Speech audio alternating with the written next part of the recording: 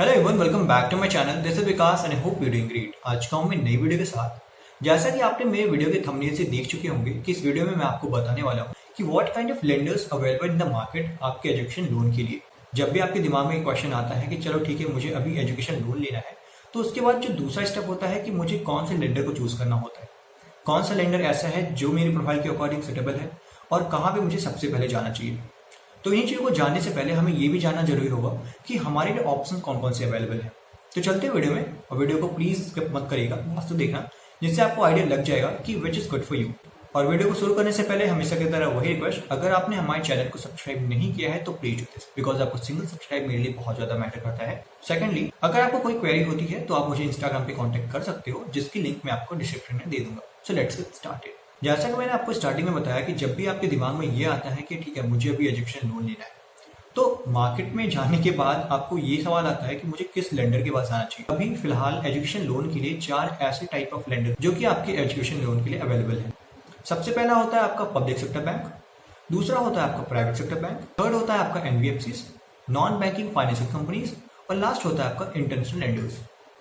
जब भी हम बात करते हैं पब्लिक सेक्टर बैंक की, तो वहां पे जैसे SBI, bank of Baroda, union bank, Punjab national bank, ऐसे बहुत सारे बैंक हैं जिनको आप इजीली गूगल करके फाइंड कर सकते हो। अगर वहीं दूसरे लेंडर्स की बात करते हैं तो आपके सामने आता है option ICICI bank, Axis bank, IDFC bank, और भी ऐसे बहुत सारे लेंडर्स हैं जो कि प्राइवेट सेक्टर के अंदर काउंट किए जाते हैं। थर्ड आते हैं आपके NBFC, non banking financial companies, जिसमें आपके एचडीएफसी क्रेडिला, ऑक्सिलो, आवांस और इनक्रेड, और भी ऐसे कई लेंडर्स अवेलेबल हैं जो कि एनबीएफसी के अंदर काउंट किए जाते हैं। लास्ट में आपके आते हैं इंटरनेशनल लेंडर्स।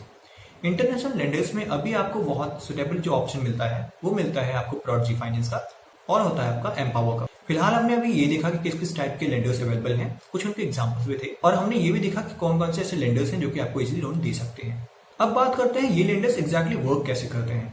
ज्यादातर केसेस में ये देखा गया है कि जब भी आप पब्लिक सेक्टर बैंक्स को चूज करने के लिए चाहते हो तो उनके लिए जो एलिजिबिलिटी क्राइटेरिया होती है बहुत ज्यादा होती है। साथ ही साथ वो बहुत ही अपने लोन प्रोसेस को लेकर स्ट्रिक्ट होते हैं।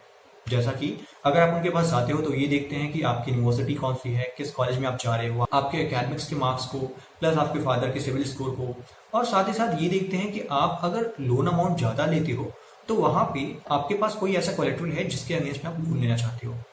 आगे आने वाली वीडियोस में मैं आपको बताऊंगा कि कोलेट्रल क्या होता है, नॉन कोलेट्रल क्या होता है। फिलहाल के लिए अभी मैं आपको बता देता हूँ लेंडर्स को कैसे डिसाइड करना होता है। अगर आपके पास एक अच्छा खासा कोलेट्रल अवेलेबल है, मतलब कोई सिक्योरिटी है जिसके अगेंस्ट आप लोन लेने वाले हो, जैसे हाउस प्रॉपर्टी हो गई, या कोई लैंड हो गया, या कोई ऐसे लिक्विड फंड्स हो गए हैं जिनके अगेंस्ट आपको अगर लोन लेना है, तो उनके लिए हम बेसिकली प्रेफर करते हैं कि हम किसी पब्लिक सेक्टर बैंक को चूज करें। और जब भी आप कोई कोलेट्रल या सिक्योरिटी उनके पास रखते हो मॉर्गेज के लिए, तो ऑब्वियस सी बात है कि वहां पे आपको रेट ऑफ इंटरेस्ट कम मिलने वाला है और रिस्क फैक्टर बहुत कम होता है। बट अगर वहीं पे बात करें कि जो पब्लिक सेक्टर बैंक्स हैं, तो आपको बहुत अच्छे से आइडिया होगा कि जब भी आप किसी एसबीआई या बैंक ऑफ बड़ौदा या किसी ऐसे जो यूनियन बैंक या पंजाब नेशनल बैंक, इन बैंक्स में जाते होंगे तो वहां पे आपको दिखता होगा कि डॉक्यूमेंटेशन बहुत ज्यादा होते हैं और प्रोसेस बहुत ही लंबा होता है। लगभग आपको 20-25, कभी कभी तो महीने 2 महीने भी टाइम लग जाता है आपके एजुकेशन लोन के लिए। तो ये कहीं ना कहीं मुझे डाउनसाइड लगता है जब भी आप पब्लिक सेक्टर बैंक को चूज करते हो, कि टाइम फैक्टर बहुत ज्यादा होता है। लेकिन बेनिफिट सबसे बड़ा ये है कि आपको रेट ऑफ इंटरेस्ट कम मिलने वाला है। दूसरा और सबसे बड़ा बेनिफिट ये होता है कि जब भी आप पब्लिक सेक्टर बैंक्स में अपने लोन के लिए अप्लाई करते हो तो ऑटोमेटिकली आपको वहां पे टैक्स बेनिफिट मिल जाता है। If someone is going to pursue his education for 1 year, तो वहां पे 1 साल प्लस 6 महीने या 1 साल तक का उनको ग्रेस पीरियड टाइम मिलता है, जिसमें वो अपना कोई भी अमाउंट बैंक को पे नहीं कर रहे होते हैं। फिर जो अगला पॉइंट ये होता है कि जब भी आप अपने कोलेट्रल बैंक को रख रहे होते हो तो वहां पे आपके इनकम का बहुत बड़ा फैक्टर नहीं होता है, because you are giving such kind of things ताकि उसके अगेंस्ट ही आपको लोन मिलने वाला होता है। तो बात करते हैं प्राइवेट सेक्टर बैंक्स की और एनबीएफसी की। आखिर इन दोनों में डिफरेंस क्या है और ये दोनों कैसे अलग हैं आपके पब्लिक सेक्टर बैंक से। तो कहीं ना कहीं इनका जो प्रोसेस होता है बहुत ही सिंपल होता है। प्राइवेट सेक्टर बैंक्स और एनबीएफसी के लिए आपके इनकम का फैक्टर देखना बहुत जरूरी होता है, बिकॉज अलग अलग लेंडर्स अलग अलग फैक्टर्स डिसाइड करने के बाद आपको एजुकेशन लोन लेंड करते हैं। तो यहाँ पे हमने कंपेयर किया PSUs, private sector banks, NBFC. तो हम ये देखते हैं प्राइवेट सेक्टर बैंक्स और एनबीएफसी दोनों में आपस में कैसा डिफरेंस है। जब भी आप किसी प्राइवेट सेक्टर बैंक को चूज करने के लिए जाते हो तो वहां पे उनका जो प्रोसेस होता है कहीं ना कहीं एनबीएफसी से थोड़ा सा डिफिकल्ट होता है। आई वोंट से कि डिफिकल्ट, वहां पे आपका इनकम फैक्टर साथ ही साथ आपकी डॉक्यूमेंटेशन थोड़ी सी ज्यादा हो जाती है एनबीएफसी के अलावा। इन दोनों में अगर देखा जाए तो रेट ऑफ इंटरेस्ट कहीं ना कहीं आपको प्राइवेट सेक्टर बैंक्स में एनबीएफसी की कंपैरिजन में कम मिलता है। साथ ही साथ प्राइवेट सेक्टर बैंक्स एनबीएफसी के कंपैरिजन में थोड़े से अपने रूल्स को लेकर बहुत ज्यादा स्ट्रिक्ट होते हैं, क्योंकि इनके पास प्री डिफाइंड कुछ कॉलेज लिस्ट होती हैं जिनको देखने के बाद ही वो आपको एजुकेशन लोन देते हैं। जिस तरीके से पब्लिक सेक्टर बैंक्स में आप अपने टैक्स बेनिफिट के लिए एलिजिबल थे, वैसे ही आप प्राइवेट सेक्टर बैंक्स में भी अपने टैक्स बेनिफिट के लिए एलिजिबल होते हो। ज्यादातर केसेस में ये देखा गया है कि जब भी कोई एप्लीकेंट बाहर पढ़ने के लिए जाते हैं तो वहां पे जो भी उनको लोन सैंक्शन लेटर होता है, एनबीएफसी के केस में कहीं ना कहीं वो यूनिवर्सिटीज या कॉलेजेस या कंट्रीज उस चीज को लेने में डिनाई करती हैं। अब बात करते हैं एनबीएफसी का। ये बैंक के कंपैरिजन में अपना काम थोड़ा सा अलग करती हैं। साथ ही साथ अगर इनको एजुकेशन लोन के सेक्टर में देखा जाए तो कहीं ना कहीं आपके लोन अमाउंट को देने में ये बहुत ज्यादा फ्लेक्सिबल होते हैं। Let's see if someone is requiring 50 lakh 60 lakh rupees for his education loan, तो इन केसेस में एनबीएफसी बहुत ही आराम से उनको दे देती हैं अगर उनके पास इनकम फैक्टर अच्छा खासा है। अगर वहीं पे बात करें आपके प्राइवेट सेक्टर बैंक्स के लिए, तो वहां पे बहुत ज्यादा अमाउंट देने के लिए तो कहीं ना कहीं वो बैकफुट पे आ जाती हैं।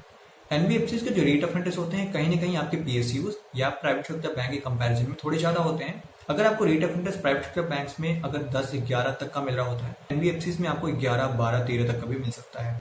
एनबीएफसी में मुझे एक बेनिफिट दिखता है, जब भी आप लेट्स सी अगर आप कोई भी बड़े अमाउंट का लोन लेते हो 50 लाख का या 60 लाख का, इस केसेस में क्या होता है कि अगर आप यही प्राइवेट सेक्टर बैंक से लोगे तो आपकी वो सिंपल इंटरेस्ट स्टार्ट करते हैं आपके एजुकेशन के टाइम में। लेकिन यहाँ पे एनबीएफसी उसी चीज को आपको पार्शियल सिंपल इंटरेस्ट के बारे में देती है। अब पार्शियल सिंपल इंटरेस्ट क्या है, इस चीज को मैं आपको आगे वीडियो में बताऊंगा। तो ये थी एनबीएफसी के बारे में डिटेल। तो अब बात करते हैं आपके इंटरनेशनल लेंडर्स की। इन लेंडर्स में क्या होता है कि ये आपको इजिली लोन दे देते हैं, बट यहाँ पे इनकी कुछ टर्म्स एंड कंडीशन है। एक अच्छा बेनिफिट मुझे यहाँ पे ये दिखता है कि ये किसी भी को एप्लीकेंट या को साइनर की डिमांड नहीं करते हैं। यहीं पे कुछ इनके डाउन साइड में है। जब भी आपको मनी लेंड करते हैं तो यूएस डॉलर में करते हैं, जो इनका रेट ऑफ इंटरेस्ट होता है यूएस डॉलर में ही होता है। इन लेंडर से लोन लेने के बाद आप टैक्स बेनिफिट के अंदर नहीं आते हो। दूसरा मोस्ट इंपॉर्टेंटली ये कि जब भी आप इन लेंडर्स में लोन के लिए अप्लाई करने के लिए जाते हो तो यहाँ पे आपके कॉलेज का बहुत बड़ा फैक्टर होता है। अगर आपके कॉलेज अगर इनके प्री डिफाइंड लिस्ट में होता है तभी आपको कहीं ना कहीं लोन मिलता है। होपफुली मैंने आपको इन चारों लेंडर्स के बारे में क्लियर कर दिया। मिलते हैं आपसे नेक्स्ट वीडियो में, जहां पे हम ये डिस्कस करेंगे कि आपकी एग्जैक्टली रिक्वायरमेंट्स क्या होती है जब भी आप इन लेंडर्स में लोन के लिए अप्लाई करने के लिए जाते हो। तो प्लीज वीडियो को लाइक, सब्सक्राइब और शेयर करना मत भूलिएगा। मिलते हैं आपसे नई वीडियो में नई जो के साथ, तब तक के लिए ओके बाय टाटा।